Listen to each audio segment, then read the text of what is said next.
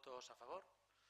A aprobación no último pleno da suba da taxa de cemiterios, nun 137% a de enterramentos e máis dun 200% a de sumacións, e o anuncio de revisar a alza o resto de impostos municipais, sérvelle ao Partido Popular para cargar contra o equipo de goberno, polo que considera unha nefasta xestión económica, como evidencian tamén os informes elaborados pola propia interventora. Durante a campaña electoral, quero recordar as palabras do señor alcalde, é dicir, hai cartos para pagar todo. Non, mire, non o sabía.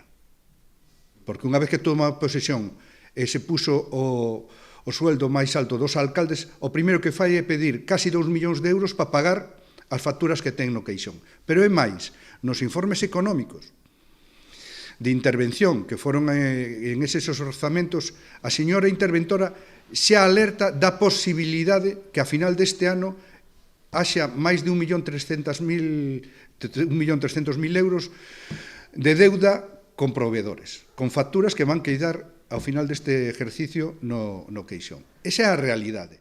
Para o Partido Popular, esta suba de impostos ven derivada dunha xestión irresponsable por parte do Executivo local, aludindo a unha política do despilfarro, que ignora as necesidades reais dos veciños, máis preocupado por manter os seus salarios, segundo os populares, os máis altos na historia do concello. Non se lles ocurre outra cousa, non limitar o gasto excesivo, non recortar ese despilfarro, non. O que se lles ocurre é meterlle a man no peto aos veciños, non? Subindo as tasas. Empezamos con esta, a ver como responde os veciños, e son os veciños os que teñen que erguer a voz.